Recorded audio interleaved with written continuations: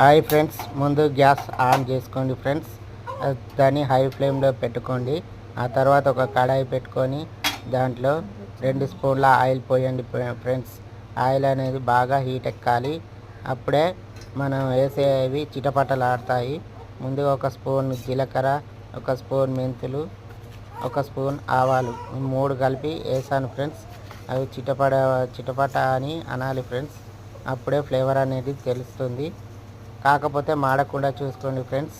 ఆ తర్వాత ఒక గుప్పెడు కరివేపాకు, ఒక 2 పచ్చిమిర్చి వేసుకోండి ఫ్రెండ్స్. అవి వేసుకొని బాగా కలపండి ఫ్రెండ్స్. వేగాలి. ఆ తర్వాత కొంచెం కలుపుతూనే ఉండాలి. ఆ తర్వాత కొంచెం పసుపు వేసుకోండి ఫ్రెండ్స్.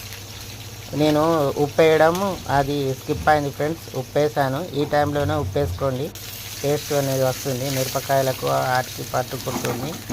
ఆ తర్వాత బాగా ఫ్రై చేయండి. ఆ తర్వాత అల్లం వెల్లుల్లి పేస్ట్ కొంచెం వేసుకోండి. నా స్పూన్ లేకపోవట్ల నేను అలా వేసుకున్నాను ఫ్రెండ్స్.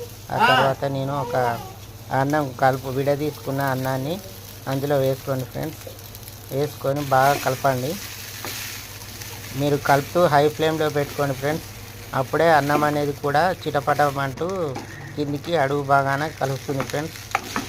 ఆ తర్వాత ఎంతో టేస్టీగా ఉండే పోన్కన్నం తయారవుతుంది. దాంట్లో కొంచెం స్టవ్ కొంచెం ఉండగానే నిమ్మకాయ ఒక సగం పిండుకోండి ఫ్రెండ్స్.